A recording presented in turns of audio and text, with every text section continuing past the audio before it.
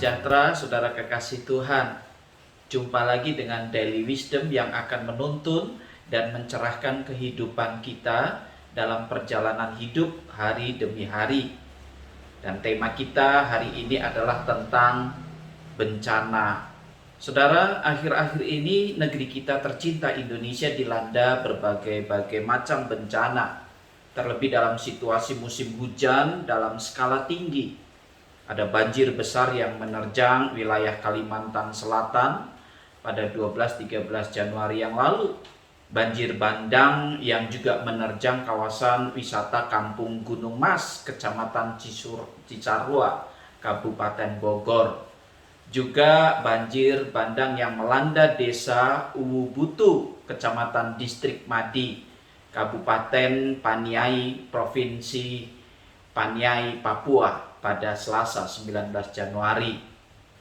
Juga bencana gempa dengan kekuatan magnitudo 6,2 mengguncang Kabupaten Majene, Sulawesi Barat. Bencana tanah longsor di desa Cihanjuang, Cimanggung, Kabupaten Sumedang yang menewaskan kurang lebih 40 orang. Dan Badan Nasional Penanggulangan Bencana (BNPB) mencatat sebanyak 197 bencana terjadi di seluruh wilayah Indonesia sejak tanggal 1 hingga 23 Januari 2021. Memang memprihatinkan maraknya bencana yang terjadi belakangan ini. Tetapi yang menarik perhatian saya adalah respon manusia atas bencana ini. Ada yang memahami bahwa bencana ini sebagai kemurkaan Tuhan atas banyaknya kesaliman suatu negeri. Atau dengan kata lain, ada intervensi Allah dengan maksud dan tujuan tertentu bagi umatnya. Allah memakai alam untuk menegur ataupun untuk menghukum umatnya dikarenakan manusia hidup bergelimang dalam dosa dan kesalahan serta tidak kunjung segera bertobat. Yang menjadi persoalan, saudara, adalah apakah Allah menghendaki penderitaan bahkan kematian bagi orang-orang yang tidak berdosa akibat dari bencana tersebut? Begitu kejamkah Allah karena untuk menghukum sekelompok orang yang dipandang jahat atau amoral, lalu mengorbankan orang yang begitu banyak yang tidak berdosa untuk menderita bahkan mati. Kita jangan terlalu cepat berbicara tentang kehendak Tuhan sebelum melihat fenomena yang terjadi di dalam keseluruhannya. Bukankah bencana alam bisa terjadi karena perubahan iklim dalam lingkungan terbatas atau global? Pencemaran air dan udara, pemusnahan jenis makhluk tertentu, dan eksploitasi alam yang membabi buta demi memenuhi kepentingan dan keserakahan manusia. Sebetulnya manusia dipanggil untuk memelihara alam. Dalam Kejadian pasal 1 ayat 28 di sana dikatakan Allah memberkati mereka. Lalu Allah berfirman kepada mereka, manusia itu, beranak cuculah dan bertambah banyak, penuhilah bumi dan taklukkanlah itu. Berkuasalah atas ikan-ikan di laut dan burung-burung di udara dan atas segala binatang yang merayap di bumi.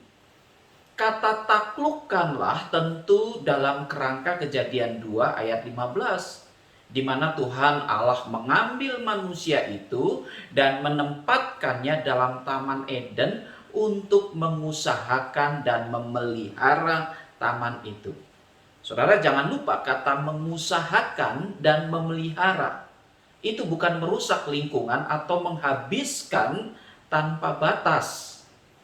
Nah, kalau terjadi bencana alam seperti sekarang ini yang di luar kemampuan kita dalam mengendalikannya, ya itu memang fenomena alam seperti gempa bumi dan gunung meletus. Yang dimana kita betul-betul tidak bisa mengendalikannya. Tapi ketika terjadi banjir dan tanah longsor, itu bisa terjadi karena ulah manusialah yang melakukannya, di mana ia mungkin membabat hutan, hidup dengan tidak teratur seperti membuang sampah sembarangan, merubah tempat-tempat resapan menjadi rumah-rumah tinggal. Nah, kalau kemudian terjadi bencana lalu kita mengatasnamakan kehendak Tuhan, maka sebenarnya itu merupakan pelarian dari tanggung jawab kehidupan yang tentunya tidak dibenarkan. Seharusnya sebagai manusia kita harus mengevaluasi apa yang dikehendaki Tuhan dalam hidup. Firman Tuhan pada hari ini sudah jelas, usahakanlah dan peliharalah. Maka tentunya kita memelihara kehidupan ini, memelihara lingkungan hidup dengan lebih baik lagi. Bukannya lari dari tanggung jawab, apalagi kemudian membungkus dan melegitimasi kesalahan dan cuci tangan sambil melemparkan tanggung jawab kepada Tuhan dan kehendak Tuhan. Jadi apa yang dapat kita lakukan dalam kehidupan hari ini? Mari kita bangun kehidupan dengan mengubah perilaku, memperhatikan lingkungan, memelihara terutama dengan kebiasaan membuang sampah pada tempatnya dan memberikan ruang bagi tanaman untuk bisa hidup dan bertumbuh bersama, berdampingan dengan manusia. Setidaknya kita sudah meminimalkan bencana, yakni banjir di musim hujan ini. Oleh sebab itu, saudara, marilah kita melakukannya dan biarlah firman Tuhan hari ini membawa kita kepada satu sikap hidup yang bijaksana. Selamat beraktivitas, salam bijak penuh hikmat. Tuhan memberkati.